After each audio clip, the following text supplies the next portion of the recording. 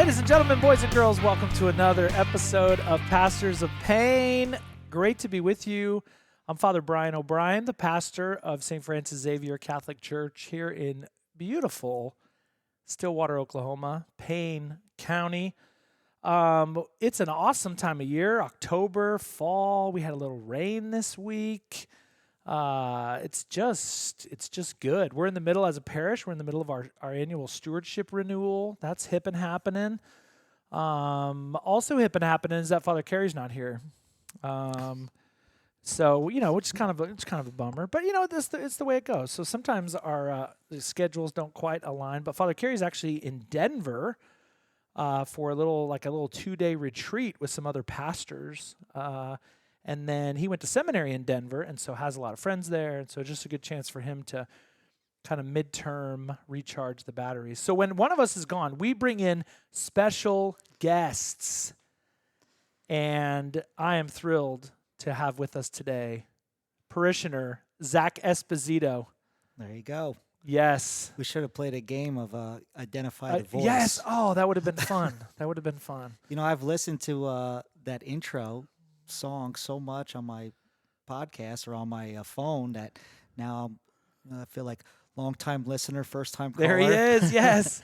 So Zack, we were talking before we went on the air, like Zack has been on podcasts before, all related to wrestling. That's right. Is that right? What are some of those? I know I've listened to a couple. Oh, a lot of them are about just your wrestling career. A lot of them are spoken about just your teams at OSU, your coaching at OSU. Sometimes you get you're fortunate enough to have a wrestler on the world or Olympic team, and people want to ask about how the training's going. But a lot of it is just one in particular was like a wrestling changed my life. Oh, that's the one I podcast. listened to. Yeah, And that's a really good one. They have a really good one on Coach Smith and the Smith family. And a lot of great wrestlers are great stories of people of the backgrounds that they come from. They've overcome a lot. Yeah, and overcome a lot because of the sport of wrestling. And, and wrestling's been, you get into it and speaking about it, just have how much of an impact it really has played in your life. And I think for me, since we might as well get right into Let's jump. Let's go, man. My story, I'm originally from New Jersey. I don't know if you could tell from the accent in my voice. Got a little bit. I've He's the most Oklahoma. New Jersey guest we've ever had. It's funny. I lived in Oklahoma, about halfway in my life. Most of your life at this point. More of my life now, and definitely more of my life that I remember. So I've been in Oklahoma since 2002. I came out here from New Jersey to wrestle and go to school. I should have said and go to school and to wrestle. To go to church. To go to church. And then to go to school and then to wrestle. Fortunate for me, Stillwater's been an enormous influence on my life of the growth of my faith and the people that I was very fortunate to be around.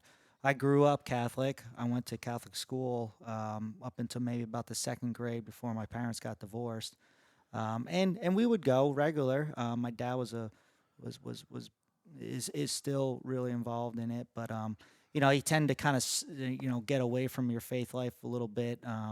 Weekends aren't really the same as your parents, are split up. Trying to balance that. Trying to balance that a little bit, and when I went to high school, I actually went to a boarding school. So at about 15 years old, 14 turning 15, I went away and lived away from home in a boarding school, a school called Blair Academy in New Jersey. It was very prestigious in its wrestling, and I was slapped right across the face with the reality of you're not as good as a wrestler as you think. Type of deal where I was a freshman walking in and just getting pummeled by guys. I suppose that's how you become a better wrestler, right? Yeah, that's definitely how you become a better wrestler. And, it's like your faith, a little suffering can help you grow. I think suffering's the only way to your faith. Yeah. I mean, oh man, hold that thought. We'll come back to that. We'll come back to that. That's deep, man. That's a deeper one. We're not allowed to get deep in the first 5 minutes of the show. Yeah, I know. I have the timeline of how the show goes. It's kind of a chit chat in the beginning. Luckily, honestly, my freshman year, I went through so many challenges that I was almost ready to quit wrestling. I just really just, Wow. I just Your life would be very different. be extremely Very different. different. Yeah. Be extremely different. And luckily I had some good coaches that wouldn't let me give up on myself, and really kind of knew how to manage me in a sense that if they would have jumped right over the top of me and basically just called me names or made me feel guilty about it, I probably would have been done. But they luckily had the patience to be with me, or just to let me kind of go through what I was going through, of just this transition of a young kid living away from home and just not having the ideal situations. Luckily they went through it, and I had a couple good roommates, a couple good teammates, and all it did was just kind of take a little bit of empathy, in my wrestling, Yeah. and I just kind of got hot and just really started loving it, and it really, in a sense, saved me in a way of just it really did become my identity. And later on in my career, you kind of realize that.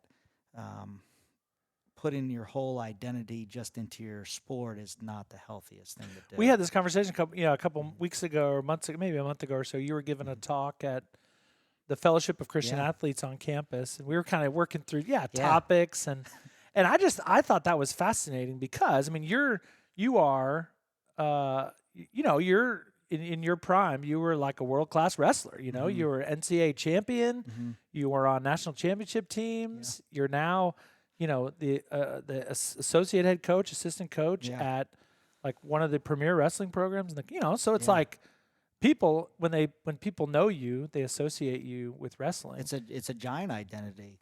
And And that's cool. I mean, Yeah. to like be, you got to, the top of your sport that most people, dream about getting there. But then what you're saying, I think, is that there's a dark side Oh, there's a to yeah. that a lot of people don't see. There's a giant dark side to it, and yeah, it's great to be recognized. It makes you feel kind of good about yourself. Makes you kind of feel validated to yourself. Yeah, when you And show up at a wrestling Mhm. event, hey, there's Zach. Oh man. Yeah. Hopefully it's like, there's Zach, get rid of him. Yeah. Yeah, I mean, it comes with the good, it comes with the bad. It's all definitely So I mean, the good side, obviously it's your livelihood. yeah. You got a job. You met your wife. hmm Those are Yeah, man. I met my that's pretty wife awesome. Brandy on my recruiting trip out to Oklahoma State, and sometimes there's a good gut feeling you have, Yeah, and and so kinda no stuck with it. wrestling, no Mhm. wife, no wrestling, no I'm sure Yeah, I mean, you'd have some other job. my whole career would have been kind of just different. I would have been in Jersey, definitely in Jersey, either working with my family or who knows where I would be. Because during that time of 18 to 20 something years old of where you're going through college and really your post college, um, there's a lot of influences that can play a factor in your life, and a lot of it is always geared towards making yourself feel better. Um, you know, make it, validating yourself and just, giving into your flesh needs rather than your spiritual needs. Sure. And I just feel, I was very lucky when I came to OSU. I was on such a great team of great teammates, and people would ask me, what was the difference of the 4 national championship teams you were on and the team that you have today? You were on Or- 4 national championship teams in 4 years. yeah, I was very lucky. Whoa. Yeah, Okay, me and I don't another think I wrestler knew named that. Jake Rochelle were only guys on that 4 years. You were there started start for to it. finish. Wow. Yeah, those were really fun times. Dang. Yeah, That's wild. and what's crazy is that when you're going through the time, my freshman year, I actually went into the NCAA tournament, seeded second, and I was ranked 1 and 2 throughout the whole year, and I end up losing. I actually lost in the round of being All American to the guy I eventually beat in the NCAA finals. But the team won a team title. Yeah. I could care less.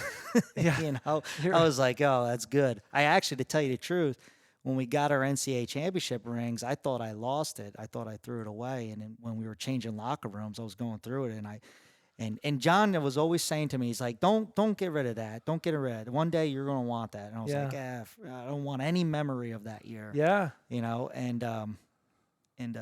were cleaning out my lockers and I found it. I was like, oh my gosh, I was so happy that I Yeah. found it. Yeah. Yeah. And that ring is more important to me than any other ring, too. Wow. So, but it's a That's ring, wild. and they just sit up there and collect dust. There you go.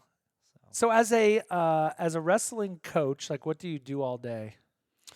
what do I do all day? Like I know it you just have practice. it just depends. You got practice. Yeah, you know. I mean, it just depends on the day. Like this week, for example, we started official practice, so we had a lift on Monday morning. Generally, we'll have a lift at 7 a.m. Then we'll have practice at 3 p.m. During that day in between, we have a coaches clinic going on this upcoming weekend, so we're preparing for that, of the schedule for that. You're always recruiting, and you're always on call with your athletes. How far out are you recruiting?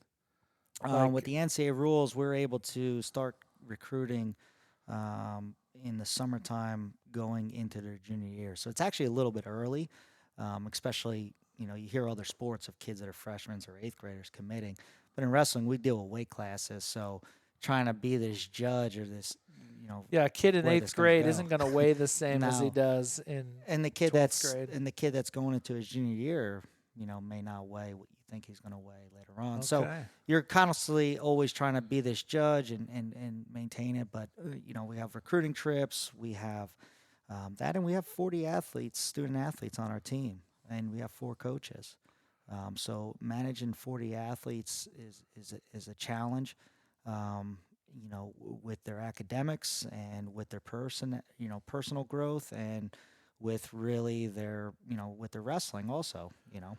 Yeah, and trying to be good mentors. I know that's a role you take seriously, helping them become good young men, and You try to do your best in all of it. And I think my faith life, which really grown, and I kind of got away from my story, but in college I started to get back into my faith life. So high school you were kind of high school I was out of it. Wrestling was your religion. Wrestling was my religion. It was Yeah. it was everything. It was my identity. It's what I woke up in the morning to. It's what I went to bed to, and it was it and I didn't have that balance. So when I got into college, I started to get back around it. A lot of good coaches on my staff were strong in their faith. Pat Smith was one of the mentors that I had in college, and started going back to church, joining Bible studies, doing those kind of things. And I think that's the thing about a faith life, is that even today, really today, it's growing more, and I feel like every day it's a thing on my mind rather than just on a Sunday. Yeah, and that's what we're going for. That it's not, you don't sort of just punch your ticket on Sunday and then forget about it till next week. You would always hear, prayer changes things, and to learn how to pray and pray every day. And I never understood that, but just kind of having that dialogue with the Lord is to me, it's been pretty fulfilling. It's got me through some tough times, and it helps me get through, appreciate good times. Yeah. Did you have like a sort of a one kind of a wake up call moment, or was it like a gradual thing? I think it was a gradual thing, but it's like I said, it's like through suffering you find the Lord. My career was cut a little bit short due to some injuries, and I felt like, what am I going to do? I wasn't really ready to start coaching. I had this idea of what my career was going to be, and I've heard Lou Holtz say, if you want to make God laugh, tell him what your plans are. Yeah, yeah. And that was a lot. I unfortunately maybe could have came back into wrestling, but really just started coaching at our club level, and had some guys have successful career along with the help of other coaches, and I thought, maybe, I think I could give this coaching deal a try. But you think your wrestling career was hard, and then you get into coaching and you find out how hard coaching really is, and Less on the physical side, way more on the mental side. More on the mental, yeah. Way more on the mental side. You're not dealing with your own emotions, as you were as an athlete. You're dealing with your own emotions, and then you're dealing with the emotions of, your student athletes Yeah. and their parents and some other things. So to be able to manage and kind of filter through that and still work towards work towards progress can be challenging to do. And I think I always now, as I'm getting older, you kind of search for a deeper purpose and a deeper meaning in what you do. I won a national title, and I thought it was supposed to be this completely fulfilling thing. Like, okay, my life's work's done. I did it. I'm good. Let's move on. And it in some way was kind of depressing. And that's what I mean of a dangerous side of, having your identity as your sport. Or It's a anything. Yeah. I mean, any career or any career, yeah, Yeah. because it takes one extreme success or it takes one extreme failure, and it could come kind of crashing down on you. Doesn't mean that wrestling is not important, or your sport's not important, your job's not important. Those things aren't important. I think the important thing is why you do it, and what's the motive to do it. If you're doing it to fulfill an identity for yourself, or it's what makes you feel important about yourself, I think it's a dangerous route. It still doesn't mean it can't be successful. It still doesn't mean that you can hold records in the record book. But when you lay your head on your pillow at night, or when you wake up in the morning, there's a difference. And I feel like in coaching now compared to an athlete, your fulfillment or my fulfillment is not in the team success, in the sense of, how well they do should make me feel how well I am doing. My idea is, and my philosophy and my coaching is to, help them reach their goals and reach their dreams. If they do that, the team's going to be successful. And if I'm providing or help provide the proper environment and the proper resources and the proper support and the proper discipline, you know, those are kind of like the laws of from coming from the Bible. So if I could do that, then regardless of win or lose, we could live with ourselves. Yeah. So that effort and I mean, so many things. I mean, 30-minute podcast, you could go. No, a lot of ways to go. A lot of ways to go. What's your sense of, like, I've heard like Coach Smith and other, you see kind of coach. So you work with Coach John Smith, who's a parishioner here and is another successful wrestler. He talks a lot about kind of generational differences. Oh yeah. Between, like, he's older than you, and so you're younger. But now these guys are, I never thought I'd say that. Of generation difference, and I'm like, I don't understand these kids' music. Yes, I'm saying that now. But even certainly music, and they've kind of grown up in a much more digital age than we did. But even I've just sort of heard like sort of work ethic wise, certainly spiritually, there's a we're not in kind of this, as some people say, kind of an age of Christendom anymore. Like, it's not the faith is not sort of just part of the cultural life that they grew up with. I feel that maybe it's just the community that we're in. I think that there is more of a hunger for your faith now, because there is so much things out there. Like, you could find the answer of anything with the push of a button, and you could actually find an explanation of something that may not even be true. And you got Twitter, and you have all these different things. I remember growing up, and I wanted to watch a wrestling match. I had steal the video from my coach that was fortunate enough to get it from someone. Now I could watch a tournament going on live in Russia. It just so the generation of athletes, I think are better better skilled, better athletes. They have more time into it, but there's a difference in the generation of the older of I think John's generation were tougher people. Maybe. I think our generation I was in, they were tough, but also they had a different sense of purpose of what they wrestled for. And in this younger generation of how much outside influences kind of motivate them. And I think that can be kind of dangerous of what outside, influences are helping them. And that's why I think where my faith comes in to help me in my coaching of just keeping a better way of grounding our student athletes. Keeping a good perspective and keeping them grounded, and and having those conversations with them. I think this generation of student athletes is you got to spend a lot more time with them than our coaches had to spend with us. And Sure. definitely different than John's generation. Definitely. Wow. What do you do to keep your faith going? I mean, I know you and I Yeah. are always kind of talking We're- about The Hallow app. just Yeah. different. Well, that's the catch. The flip side to technology is that you could use it for good and evil, kind of. Yep. And what you put in front of your face, I kind of think of it like your phone is almost like a friend, or it's kind of like your environment of what you surround yourself with. Yeah, is it that friend that like takes you out Uh-huh. and gets you drunk, Yeah. or the friend that, Tells takes you to hey, church? dummy. Yeah. You know? It's a friend that yeah. So I mean, really, I mean, who you are is who you hang around with. Those are like some. Tell me who your friends are. I'll tell you who you are. Yep. I've Yep. heard. Yeah. There was a lot of. I mean, I grew up in an Italian family, kind of back east, and yeah, there was always that. You want to grow up on the streets? You want to be, those Yeah, type of things. yeah. You want to be a bum? You hang around with bums.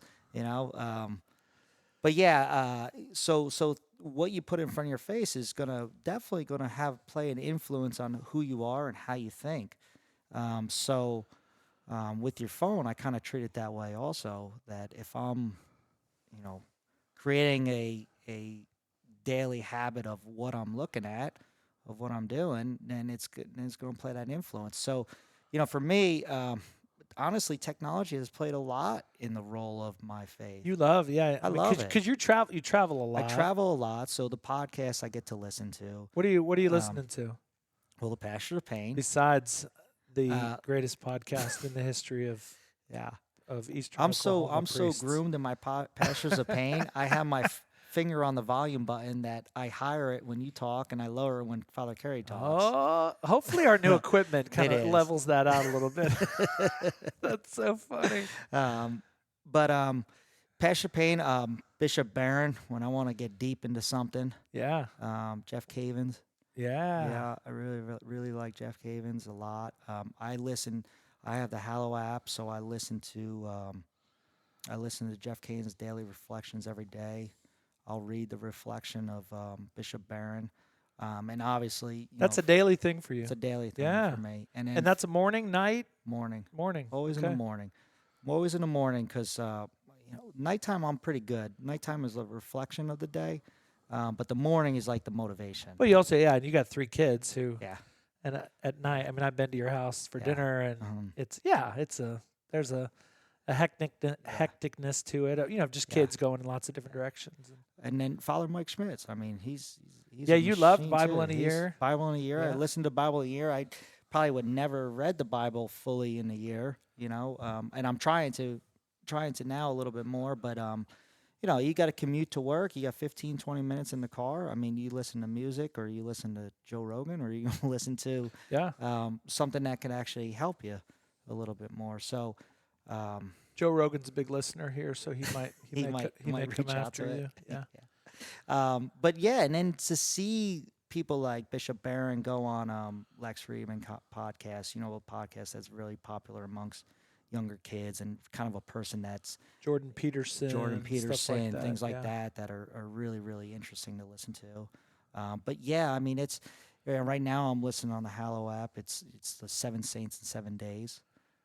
So like I'm on my 3rd saint, but they went through, which is actually really cool. Shia LaBeouf's played him in a movie, but now the Padre Pio. Padre Pio was the first on it, and then Mother Teresa.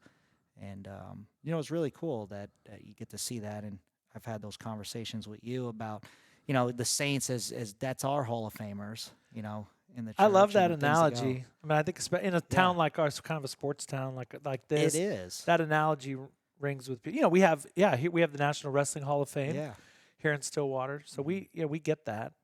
And who are the saints? They're the ones that we. Yeah, you think you have it bad, and you see kind of what they've went through and what they prospered through, and just how and that's what I kind of mean maybe earlier is that you find your faith through your suffering. I mean, if it was easy, then if faith was so easy, then your life would just be easy. I think that in your suffering is where you discover your faith and discover a lot of different things. Yeah, that's cool, man. And so these days, I mean, obviously you're a husband, you're a father, you're a coach. What's like the hardest of those three? Does it depend on the day? The hardest of those three. It depends on the day, but I got a great wife, so being a father is not that not as bad. And my kids are young enough now that the only the mistakes they make is like cleaning their room or something. Yeah. You know, not eat. You know, I haven't hit the hard teenage years yet of being a parent of what's really challenging. I think dealing with as a coach is the tough thing sometimes of just dealing with the different personality and what motivates one person and and those type of things. But I mean, I think it all kind of just depends on the day of what it is. But I'm pretty grateful for where I'm at. Nice. In my career. I love it. And where I'm going through. So OSU wrestling this year is it starts soon, November. Yeah. So yesterday was our official day. October 10th was our official day of practice. Our first competition's November 12th. I put a couple of them on my calendar. Yeah. I'm excited. We have 7 home matches, so that's kind of nice. Very nice. We have a young team, and I'm pretty optimistic about them.